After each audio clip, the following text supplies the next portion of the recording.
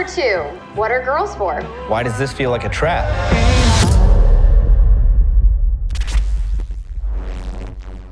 I really mean it sincerely. Like, you did a great job with this. And it's just, thank you, Steve. It is, we have a banter that sometimes can be, making fun, but I'm being real serious. What does it mean to you to have, I was looking at the poster out in the hallway. What does it mean to you? It says a film by Anna Kendrick. Oh, that's really weird. Because, by the way, I think that's something that people end up having to, fight to get.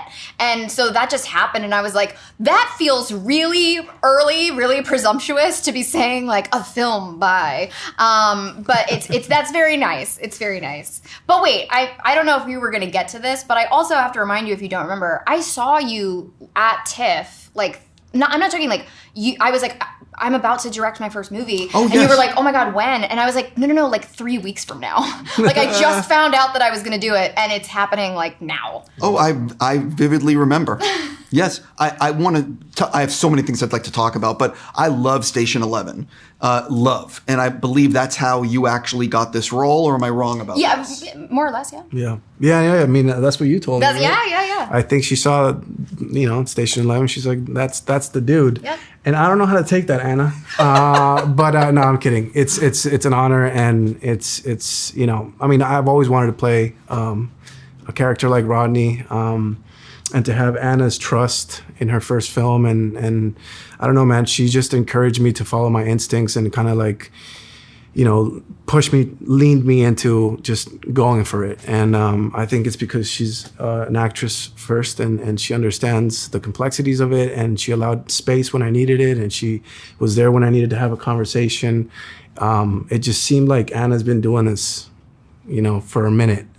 She has, but I'm saying the directing Sure, and the totally. acting, I remember our first Tiki scene bar thing. I mean, we're doing the scene. She's looking great. Cheryl grabs the monitor, goes, talks to Zach, comes back, gives me a note. Dude, that was the first day, or second day. Yeah, first day for me. And she was just, the ultimate professional, and it was great. People are going to see this movie. A lot of people are going to see this movie because it's on Netflix. Are you prepared for people to see you in real life and just back away from you? It already happens, man. No, man, I don't know. I mean, this is all new to me, and I'm just excited, for people to see the movie. I'm really proud of the movie that Anna did. So. Oh, 100%. So I know, it's gotten great reviews. I know since people have seen it, you must have had some meetings being like, what would you like to do next? So what is that like for you? And do you know what you're going to direct next? And can I be in it? I don't know what I would do next. I feel like there was actually a point where everything I was reading, I was just finding the darkest scripts. It was getting darker and darker and darker. And then I was like, I don't know how great this is for me personally. It was just naturally what I was responding to the most. But I don't know. I think maybe I turned a corner. There's a bit of a life imitating art thing happening where oh no, I had a breakthrough in therapy. Whatever. I'm a lame coastal elite, and I had a breakthrough in therapy. Okay.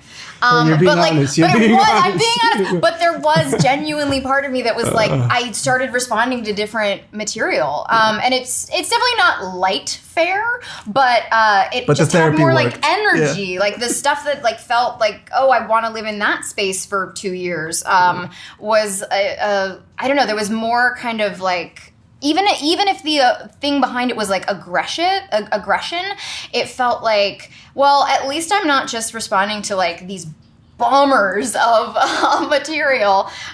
So yeah, I haven't found anything yet because I truly think I hit the jackpot with this script. I hit the jackpot with the cast and the crew, truly down to a person. I don't know what I would have done if anything about it was different. And that started with Danny because, as you say, I saw him in Station 11.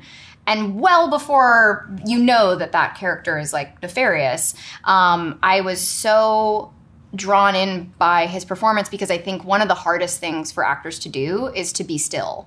It requires a certain level of trust in oneself. I found that even in the audition process for every part, whether it was a big part or a one-line part, just going, oh, you're already interesting. Like, if you just trust yourself, you almost have to do nothing. Like, you're so interesting as it is. And that's like what I wish I'd known when I started auditioning for stuff. But just Danny's ability to be still and to trust himself is a really, really impressive, masterful skill.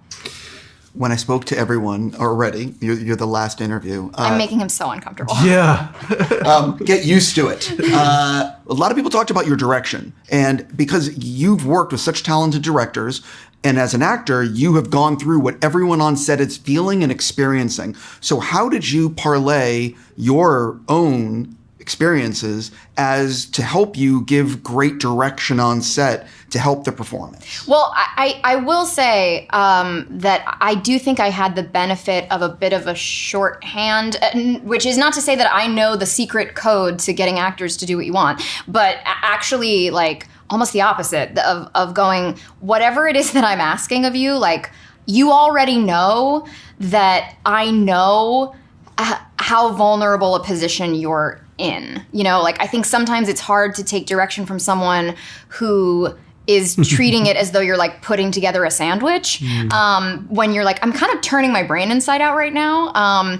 And even though I've always wanted to be a very technical actor, and Danny's the same way, of like, I just want to help the editor, I want to help the camera operator, I want to be like making everybody else's job easier and be the best coworker I can be, in addition to giving a great performance.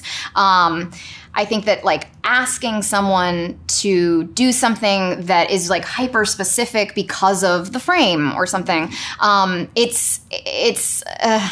it can feel like kind of a dick move, but at least it was like, well, I've been here 100 times before, so at least, you know, we're all in the same boat together. Yes. So there was a degree to which I felt like I could get away with certain things because it was like, you know that I know how this feels, and I'm still asking you, so, like, and you know how grateful I am. And I think that's what makes her great, you know. Sorry, but now it's my turn.